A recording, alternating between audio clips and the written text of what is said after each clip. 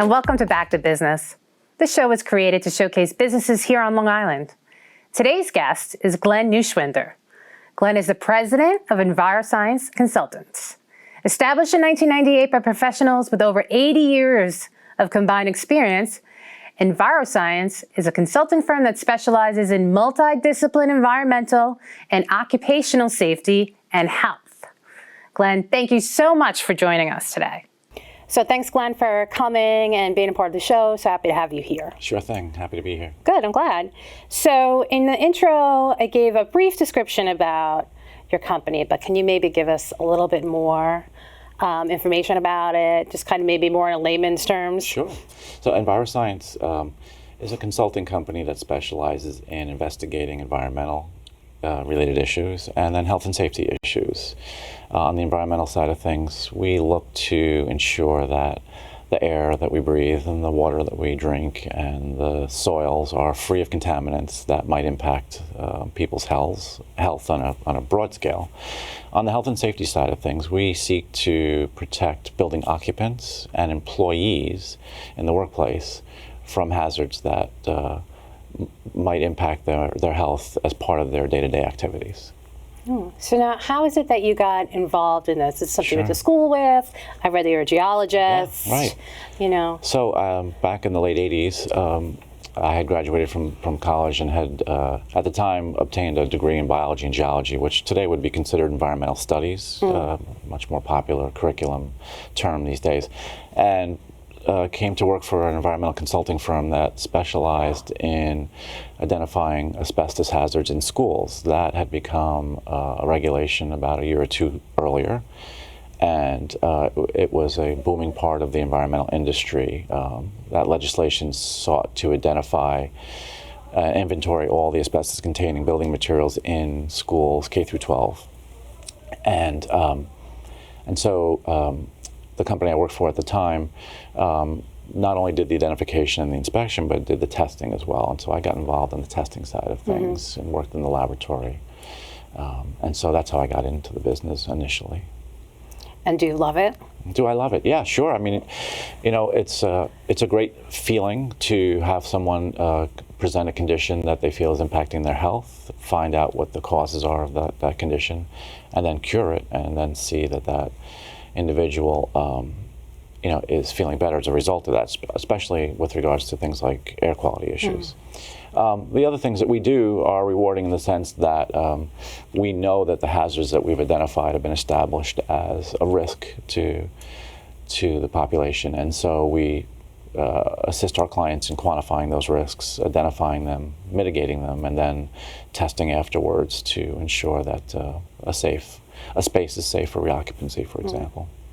So I think that most people would be able to relate, like reading in the news and hearing things about like bigger industrial companies that have these, environmental safety inspections, and you hear about problems and kind of disasters.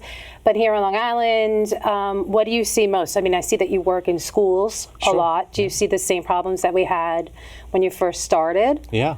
So we have our client base is full spectrum from homeowners all the way through small businesses, schools, municipalities, and then the larger commercial clients that you speak of. And each present their own unique set of circumstances to be assessed. Yes, we do a lot of work in schools. It's kind of in our DNA that we work closely with administrators and staff and parent concerns to ensure that schools are safe for their intended use, obviously. So asbestos was initially the big push, like I said, back in the 80s. And then through the years, we've identified things like lead in drinking water in schools. And so we've been assisting districts in complying with those regulations. Air quality issues pop up all the time. In the wintertime, we close the buildings up to conserve energy and heat them. And so that brings its own set of unique circumstances. In the summertime, obviously, on a day like today, the humidity can be quite high, and so in spaces that are holding moisture, mold becomes an issue, and so we deal with that with districts.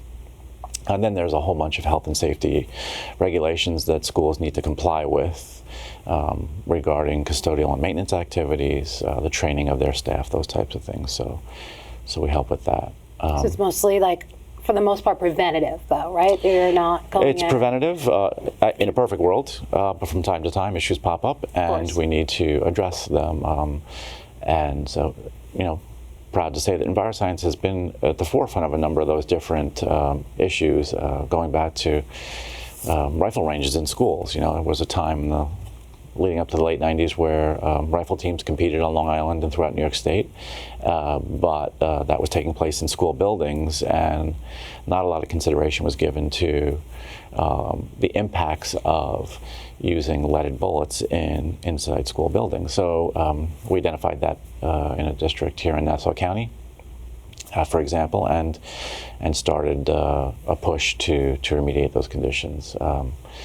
Illegal dumping on Long Island was an issue in the mid-2010s, and so we were involved in that with the district attorney's office in Suffolk County. So that led to a regulation change, and of course, I mentioned earlier lead in drinking water. We were assisting clients with that from day one because the timelines were quite tight for compliance, and not only did we sample and identify elevated conditions, but we had to assist districts in determining a strategy for mitigating those conditions. So we've been involved in schools for a long time and been a leader in establishing safe work practices and environments for students and staff.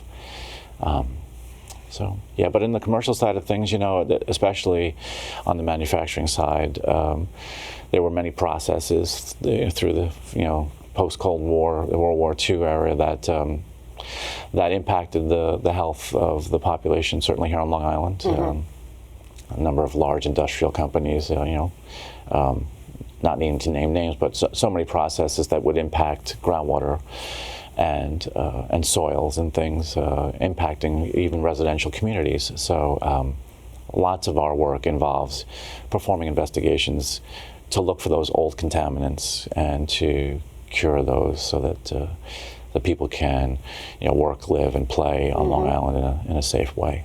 Certainly you hear a lot of things on Long Island. I'm originally from Queens. I moved out to Long Island. And when we moved out here, we heard a lot of things about the old companies that worked for the military and things that seeped into the water, and people were getting sick from water and high breast cancer. Right. And so it's a big issue. So I think that people probably feel good knowing that these inspections are taking place and that their safety is important. Absolutely. So even today, we've recently identified these forever chemicals, PFAs, you might have read about. They were used in a number of different processes, scotch guarding fabrics and firefighting activities, these types of things. And in the last 5 or 6 years, these chemicals have also been identified as carcinogens and are finding their ways into our drinking water as well. And so our state is going to be spending lots of money to identify those risks and to pull those contaminants out of the drinking water. Collectively, it's hard to say what might have led to a higher or lower rate of breast cancer on Long Island versus other parts of the state. But certainly our reliance on groundwater as a drinking source is something that we need to protect. And so, just to be clear, are you saying that it's now safe, or that we're trying to make it safer because of these carcinogens that are in the water? Sure. I mean, there's no doubt that Long Island drinking water is probably some of the best water in the country, if not the world. But as new technologies are developed to identify both new and emerging contaminants, as well as lowering detection limits for the ones that we already know are hazardous, we are constantly refining those parameters and those standards to ensure that the water is even better than it currently is. Yeah, well, that makes me feel good. Yeah, definitely. For sure. You're raising your family here. Absolutely. I may be done for, but I want my kids to, I want my kids to be safe. So it's nice to know that, that things are always going to be addressed and become better. Yeah, for sure. Absolutely. So let's talk a little bit about residential homes. So speaking of just in general, like with drinking water, I know a lot of people put in their filter systems like for the house because they're afraid of the water. And then other things that people have these issues. Like I had an issue where my oil tank decided it was, I think we spoke about this, Yeah. was all of a sudden leaking, and I had to replace it, but then it went into the soil, Right. and I had the DEC involved, and it became a really big issue that I was afraid of. Are these things that you guys take care of? Yeah. So on the resident, you touched on a number of different aspects of concerns for residents in their homes.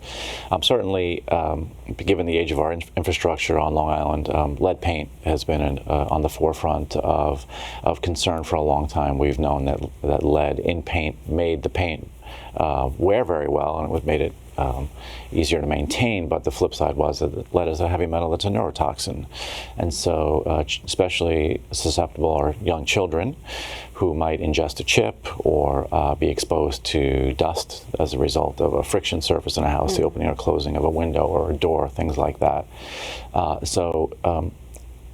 Unfortunately, the onus is on a buyer in the purchase of a home to identify the presence of lead in paint. They're given a window of time and an opportunity to do that, but especially for new homeowners, it's a cost that often they'll forego and waive because they're paying for other expensive parts of a home purchase. So it's something that we and the EPA recommends strongly homeowners do is at least buy a test kit at a hardware store. That can be inexpensive and fairly accurate, but a comprehensive lead paint inspection is really... I never even heard of that. Yeah, so... I didn't know about that. Oh, yeah. What you didn't know about?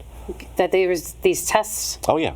You know, I bought a house, nobody even said you should test your paint for lead. Yes, So so it's a good thing, especially if you're thinking of doing family planning and things where you're going to be bringing young children into the house. Now, do you think that that's mostly with houses that are older? Absolutely. So the use of lead paint pretty much ceased in 1980. So if your home is older than that, then that's something you should look at. But, like I said, infrastructure in some of the older Nassau County communities make it such that if a home has not been renovated in the last 15, 25 years, something like that, then it's possible that there's still the remnants and remains of lead paint in the home. Another thing that homeowners certainly should be considering is dampness that leads to a mold condition. In many communities, the depth of the groundwater is fairly shallow, 8, 10, 12 feet. And so that moisture in the soil can often work its way into older basements and create mold issues. And there's a whole portion of the population that would be susceptible to exposure to mold as an allergen or an asthmatic trigger.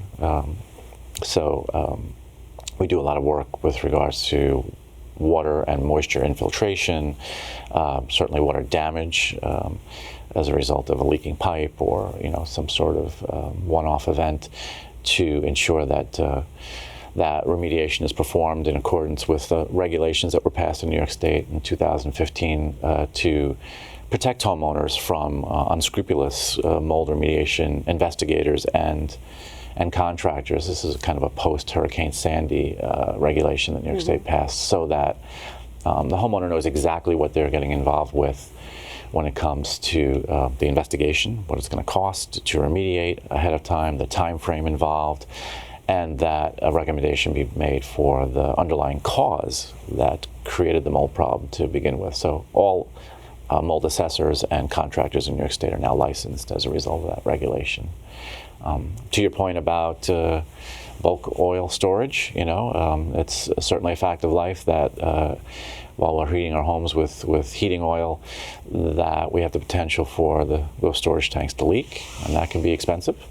And the state requires that they be notified should there be a leak of petroleum in a home or anywhere of more than 5 gallons. So they monitor that very strictly. And it's often not an insurable event because it's considered a maintenance issue.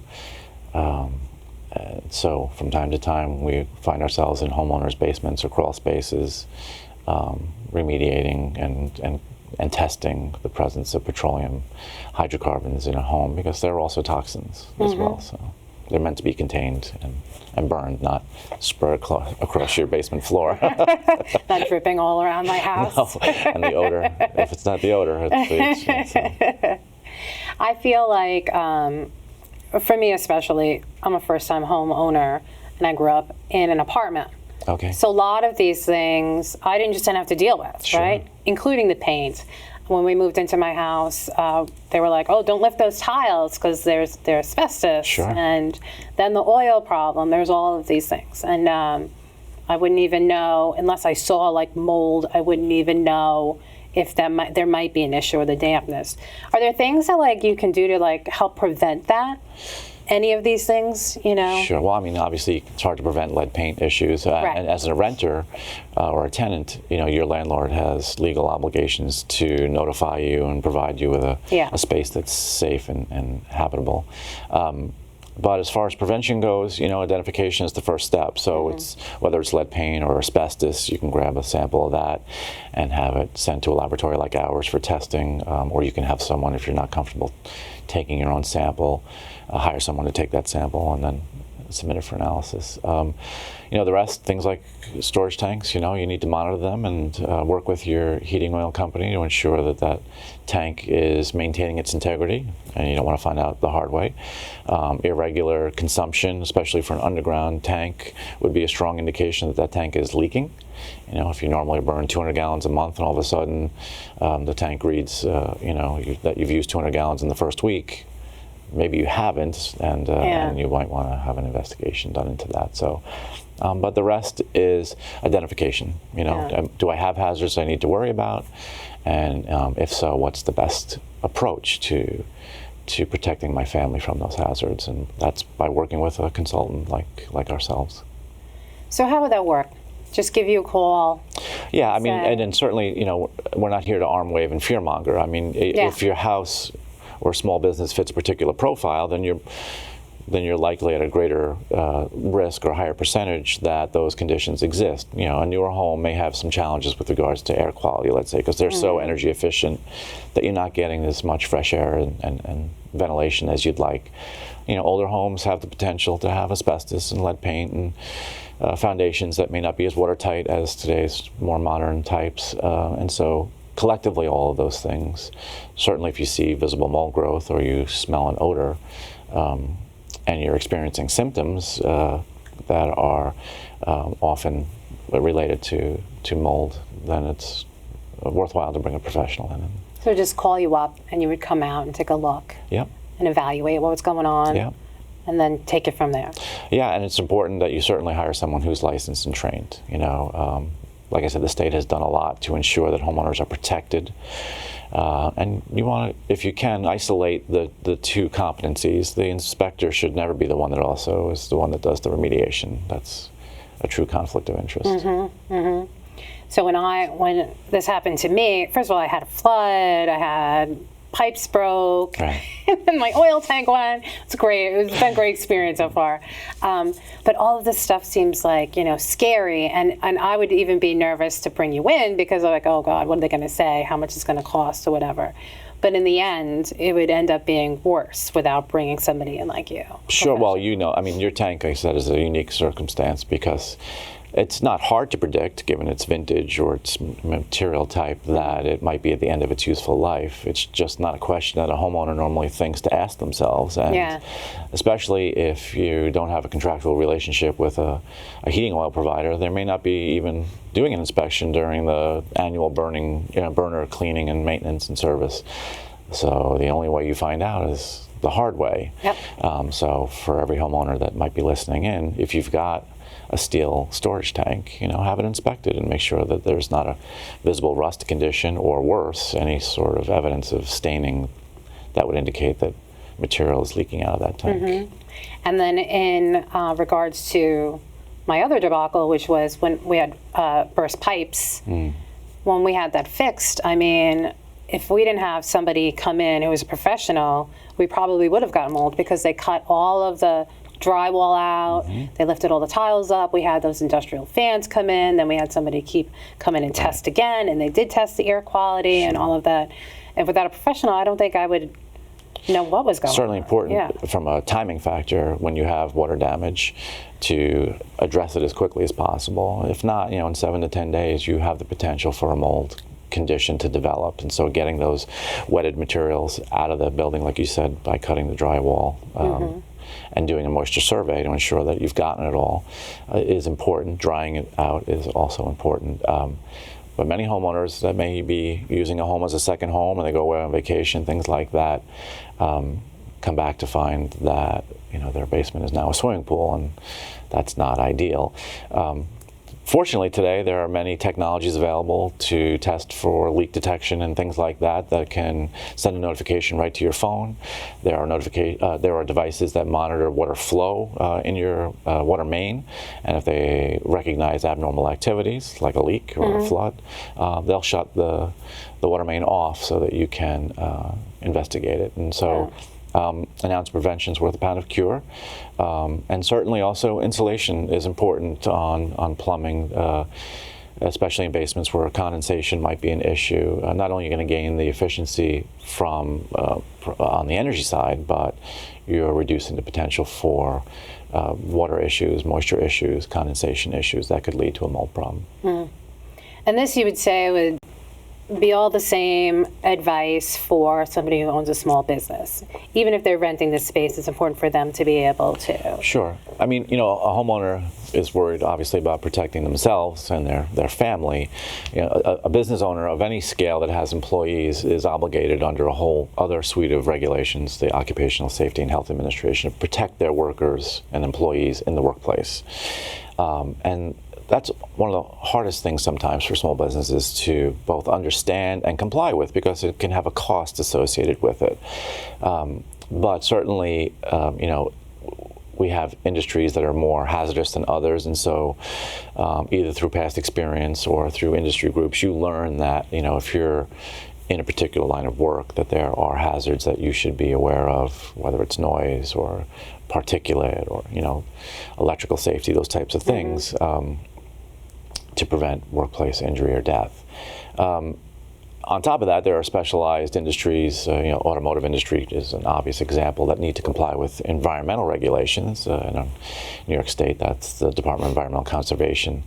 If you're generating any sort of hazardous waste as a result of your procedures or processes, then you need to document the disposal of that material so that it comes in and it goes out, and we know exactly where it's been disposed of and done so properly. Again, because we need to protect the groundwater on Long Island, and so not everything can wind up in the landfill. Sometimes it needs to be brought off island, and that has an expense associated with it. So for small businesses, I would suggest think about your employees and what risks they may be exposed to, and it may be none. I mean, an office environment is obviously a different environment than one where you're doing heavy manufacturing, for instance.